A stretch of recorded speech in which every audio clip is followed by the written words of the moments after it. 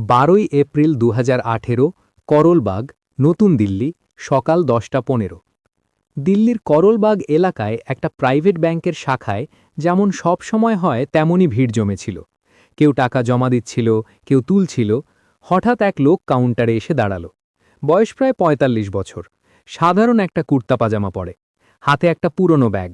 সে bag খুলে ভিতর থেকে 50 লক্ষ টাকার গুটিগুলো বের করে কাউন্টারে রেখে দিল। ক্যাশিয়ার হতবাক হয়ে তাকাল। এত টাকা কোথা থেকে আনলেন? ব্যবসা করি ভাই, টাকা আসা যাওয়া লেগেই থাকে, সেই লোক হেসে বলল। ক্যাশিয়ার তারপর গুটিগুলো কাউন্টিং মেশিনে দিল। দালনি শুরু করল। মেশিন গুছিয়ে রাখা নোটের গুটিগুলো গুনল, কিন্তু হঠাৎ একটার পর একটা গুটি রিজেক্ট হতে লাগল। ক্যাশিয়ারের মুখটা বদলে গেল। সে সঙ্গে সঙ্গেই সুপারভাইজারকে ডেকল। আবার চেক করল, 3 বার চেক করল। প্রতিবারই মেশিন একই ফলাফল দিল, সব নোট নকল। সুপারভাইজার ধীরে ধীরে ক্যাশিয়ারকে বলল, বাটন টিপো। 1 মিনিটের মধ্যে ব্যাংকের বাইরে পুলিশ গাড়ি এসে থামল। সেই মানুষটা তখন বুঝে গিয়েছিল তার চালাকি আর কাজ আসবে না। পুলিশ তাকে গ্রেফতার করল। 15 এপ্রিল 2018, র্যাপিড অ্যাকশন ফোর্স, র, প্রধান কার্যালয়, লোধি রোড। রয়ের সিনিয়র অফিসার রাজীব মাথুর নিজের কেবিনে বসেছিল। সামনে টেবিলের ওপর কিছু নকল নোটের গাদা রাখা ছিল। সামনে দাঁড়িয়েছিল রয়ের ফাইন্যান্সিয়াল ইন্টেলিজেন্স এক্সপার্ট অভিজিৎ রাও। এই নোটটা দেখুন স্যার। অভিজিৎ একটা নোট তুলে আলোতে দেখালো। ওয়াটারমার্ক, সিকিউরিটি থ্রেড, হোলোগ্রাম, সব কিছু একদম আসল মতো। আরবিআইয়ের মেশিনও প্রথমবারেই ধরতে পারবে না। রাজীব মনোযোগ দিয়ে নোটটা দেখল। এত চমৎকার নকল কারেন্সি কোথায় ছাপা হলো? ওটাই তো ধাঁধা স্যার। আমরা ও ব্যক্তির জিজ্ঞাসাবাদ করেছি। ওর নাম সুরেশ গুপ্তা, দিল্লির একটা ছোট ব্যবসায়ী। ও বলেছে এই নোটটা ওকে নেপালের একটা সাপ্লায়ার দিয়েছিল। ও নিজেও জানত না এটা নকল। নেপালে ওখানে কে এত ভালো মানের নোট ছাপাচ্ছে? অভিজিৎ একটা ফাইল খুলল। আমাদের ইন্টেলিজেন্স বলছে নেপালের বিরাটনগর শহরে একটা প্রিন্টিং প্রেস আছে। ওখান থেকে গত 6 মাসে প্রায় 100 কোটি টাকার নকল নোট ভারতে পাঠানো হয়েছে। রাজীব চোখ চেপে ধরল। 100 কোটি? এটা তো সরাসরি আমাদের অর্থনীতির ওপর আঘাত। পাকিস্তানের কাজ মনে হয়?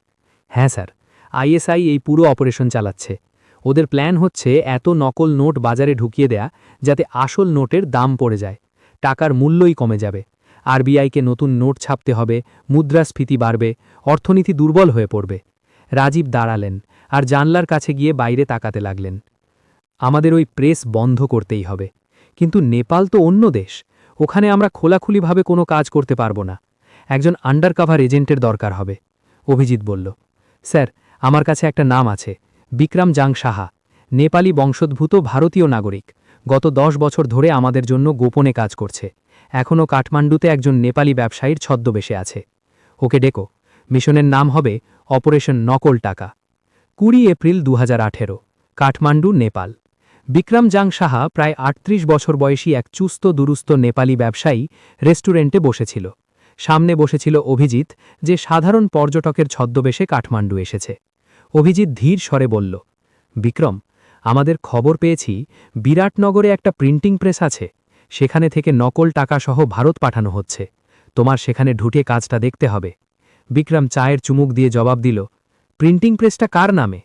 একটা এনজিওর নামে, নেপাল শিক্ষা উন্নয়ন সংস্থা। ওই এনজিও গত 3 বছর ধরে নেপালের গরিব বাচ্চাদের জন্য বই ছাপার কাজ করছে, কিন্তু আসলে ওখানে নকল ভারতীয় কারেন্সি ছাপাচ্ছে। কে চালাচ্ছে এই এনজিওটা? অভিজিৎ একটা ছবি বের করে টেবিলের ওপর রাখল। ছবিতে ছিল এক 60 বছর বয়সী লোক, সাদা চুল, চশমা, সুশীল মুখ। এই মানুষটা হচ্ছে ডক্টর অরুণ প্রকাশ চতুর্বেদী, উত্তরপ্রদেশের প্রাক্তন সাংসদ। 2014 সালে রাজনীতি ছেড়ে নেপালে চলে গেলেন। ওখানে এসে এই এনজিওটা খুলেছেন। পুরো দুনিয়ায় তার ছবি একটা সমাজসেবীর মতো। বিক্রম অবাক হয়ে গেল। ভারতের প্রাক্তন সাংসদ আর এই লোকটা আইএসআই এর জন্য কাজ করছে? হ্যাঁ, আমাদের গোয়েন্দা বলছে যে ওদের 2016 সালে আইএসআই নিয়োগ করেছিল। ওদের ছেলে আমেরিকায় ব্যবসা আছে, আর কোনোভাবে আইএসআই ওকে ব্ল্যাকমেল করেছে। ছেলেকে বাঁচানোর জন্য ও আইএসআই এর সঙ্গে কাজ করছে। বিক্রম ছবি ভালো করে দেখেছিল। তাহলে আমার কি করতে হবে? ওই এনজিওতে ঢুকতে হবে। তাদের প্রিন্টিং অপারেশন সম্পর্কে পুরো তথ্য দরকার। নোট কখন ছাপা হয়, কিভাবে ভারতে পাঠানো হয়, কারা কারা জড়িত, আর সবচেয়ে জরুরি ডক্টর চতুর্বেদীর বিরুদ্ধে পাকা প্রমাণ। 15 মে 2018, বিরাটনগর, নেপাল। বিক্রম নেপালি ব্যবসায়ী প্রকাশ আচার্যের নাম নিয়ে বিরাটনগরে এসে পৌঁছল। তার গল্প ছিল সে একজন বড় প্রকাশক, যিনি নেপাল আর ভারতের মধ্যে বই ছাপায় আর বিক্রি করে। তার প্রিন্টিং প্রেস দরকার নিজের বইগুলো ছাপার জন্য। সে নেপাল শিক্ষা উন্নয়ন প্রতিষ্ঠানের অফিসে গেল। একটা ছোট্ট অফিস, বাইরে বোর্ড লাগানো ছিল, ভিতরে কিছু মেয়েরা কম্পিউটারে কাজ করছিল। বিক্রম জিজ্ঞেস করল, আমাকে ডক্টর চতুর্বেদী স্যারের সাথে দেখা করতে হবে। রিসেপশনিস্ট ফোন করল ভিতরে। কিছুক্ষণ পর একজন লোক এলো। ডক্টর চতুর্বেদী একদম ছবির মতো, মুখে হাসি আর চোখে স্নেহ। আসেন আসেন, বসুন, বলুন কিভাবে সাহায্য করতে পারি। বিক্রম তার গল্প শোনাল, কিভাবে সে একজন প্রকাশক আর কিভাবে তার ভালো প্রিন্টিং প্রেস দরকার। ডক্টর চতুর্বেদী মনোযোগ দিয়ে শুনলেন। একদম ভাইজান, আমরা আপনার সাহায্য করতে পারব। আমাদের প্রিন্টিং প্রেস অনেক আধুনিক, জার্মানি থেকে মেশিন আনা হয়েছে। চলুন আমি আপনাকে দেখাই। বিক্রম মনে মনে হাসল, মাছটা ঝাঁপিয়ে পড়েছে। 20 April 2018, printing press. Doctor Chaturvedi বিক্রমকে প্রিন্টিং প্রেসে নিয়ে গেলেন। বাইরে থেকে দেখতে একদম সাদামাটা ভবন। ভিতরে ঢুকে বিক্রম অবাক হয়ে গেল।